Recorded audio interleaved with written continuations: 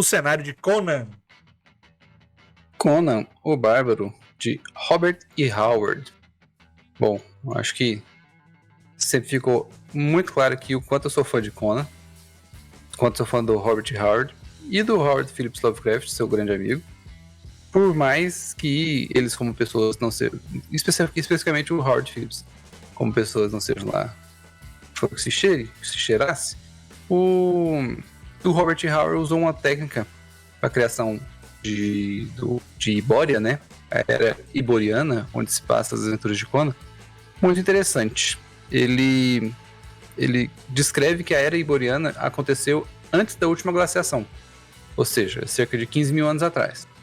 E aí ele pega uma espécie de Pangeia do mapa, que você pode ver ali, inclusive, nessa parte mais sudoeste, é muito parecido com a costa da África. Ele pega essa espécie de Pangeia e começa a popular com reinos que mimetizam reinos da vida real.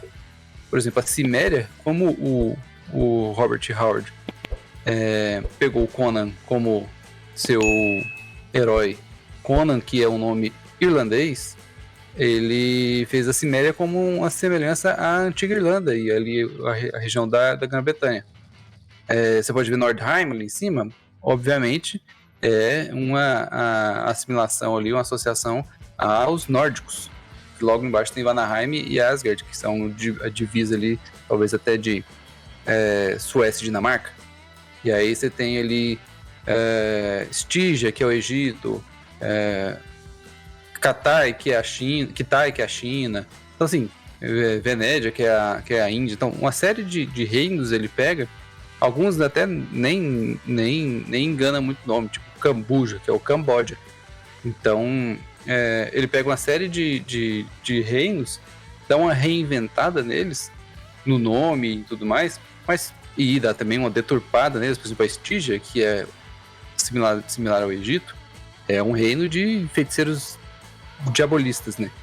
E aí ele pega um pouco ali de Styx, né, que é o rio, a Stygia, o Styx, que é o rei dos mortos, e usa ali um pouco de feitiçaria egípcia, etc. E toda essa associação com serpente, com aquela ideologia, aquela ideia de que o Egito tinha deuses animais, etc., né, zoomórficos. E ele vai incorporando nas criações dele, de uma maneira então que fique mais fácil dele como criador ter uma referência. Se ele vai fazer assim, Kitai eu sei que é como se fosse uma China feudal, uma China medieval.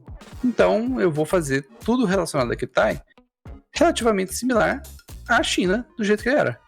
E assim como Nordheim, é a Escandinávia. Então a galera ali vai ser meio viking. Então vai ser uma galera que gosta de lutar, que tem que usa peles, chapéu de chifre.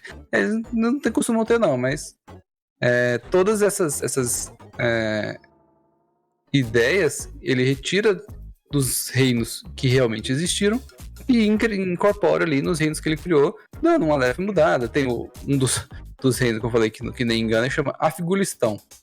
Você já pode imaginar relacionado a quê, né? Dá a impressão de que ele já tava ali com o livro pronto, precisava mandar o manuscrito, sabe? Pro editor. Eu não tô contando, cara, vai de qualquer jeito aí. Tem 3 dias que eu tô pensando no nome aqui.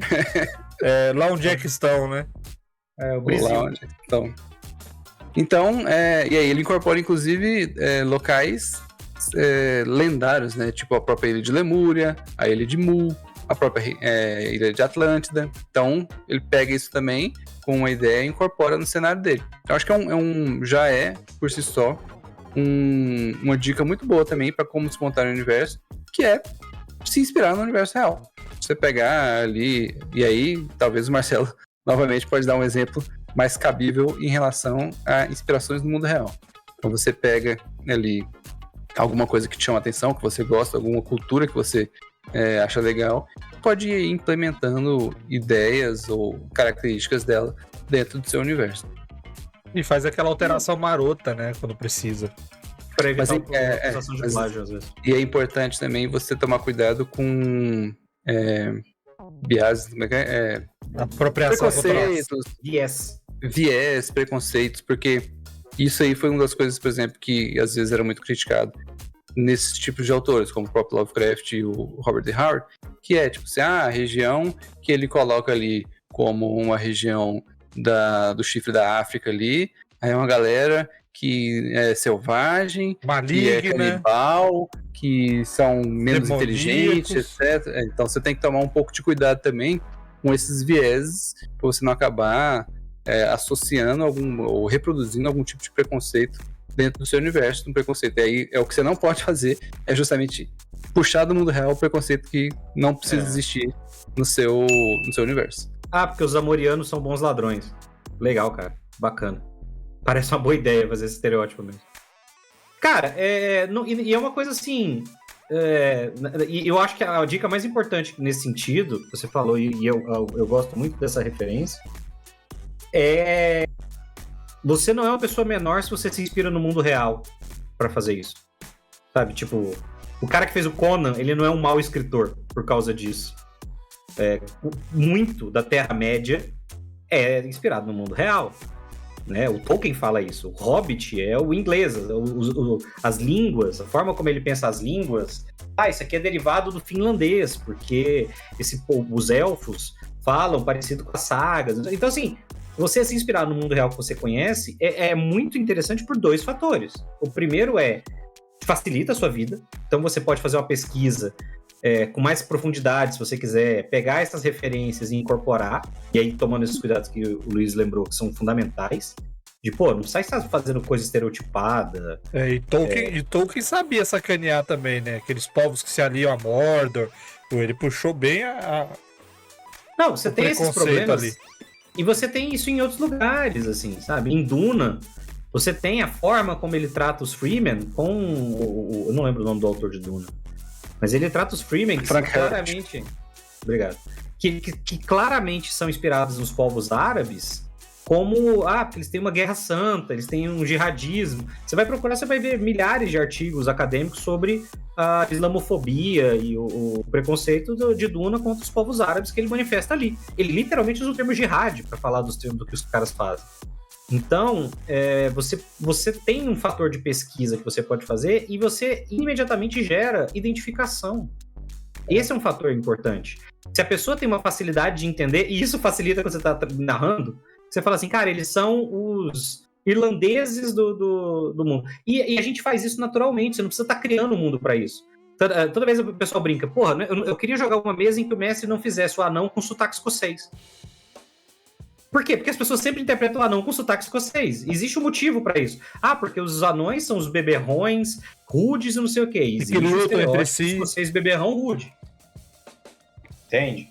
Então, assim, você gera uma identificação e, claro, o estereótipo sempre é um fator de identificação, mas você tem que fazer o possível para evitar esse estereótipo negativo, que não seja essa conotação imediata. Warhammer Fantasy é um exemplo de referência do mundo real.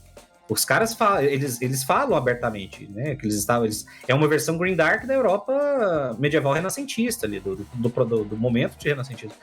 E não é vergonha você fazer isso, sabe? Não é vergonha você se inspirar no mundo real para fazer isso, porque os grandes fazem, isso facilita a sua pesquisa, isso facilita a identificação do público, ou no seu caso da mesa.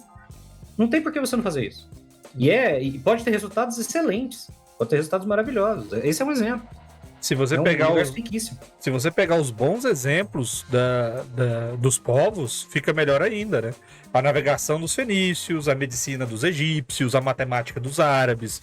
Se você pegar a forjaria dos nórdicos, que eles começaram a trabalhar com certos metais desconhecidos ali na parte sul da Europa. Então, assim, existem várias coisas que você pode colocar que, em vez de você puxar o exemplo que eles estavam dando, você puxar para o preconceito, na verdade você destaca ainda mais as vantagens. Que a China já usava papel e pólvora muito antes do que o restante da galera, que o Japão já tinha todo um sistema social muito bem desenvolvido, enquanto o restante estava muito bagunçado ainda. Então, assim, usa isso aí que vai ser melhor do que você se apoiar nesses estereótipos. E outra, revista em quadrinho antiga ainda é pior ainda, saca? Que quando escreveram Conan, escreveram O Senhor dos Anéis, escreveram as obras do Cthulhu, a mentalidade ainda era bem mais arrastada. E agora recentemente você encontra um monte de revista em quadrinho aí da década de 80, 70, de 90, que ainda mantém esses estereótipos preconceituosos aí. E isso não é só de obras do século XIX, não, tá? Tintin, que é do século XX, Monteiro Lobato. que ainda é publicado, né? Não, mas Tintin era publicado na década de 50, 60. O autor estava vivo ainda, colaboracionista de guerra, e estava lá escrevendo história mostrando o Congo como uma coisa horrorosa. Ah, porque ele é belga, sim, faz parte do processo. Então, é um bom detalhe, o cara era belga, né? Então você já sabe, hoje eu tava vendo... Não é a melhor pessoa do mundo para escrever nada sobre o Congo, né? Nunca. Eu tava vendo a única coisa que você pode escrever sobre o Congo se você for belga é um pedido de desculpa. E uma cartinha com indenização. Eu tava lendo a matéria hoje, a manchete era assim, que a França tem um dos maiores contingentes de ouro físico, né? Reservas de ouro física, só que eles nunca tiveram uma mina de ouro no país deles, ou seja, você imagina, terra, né? imagina como é que eles conseguiram esse ouro.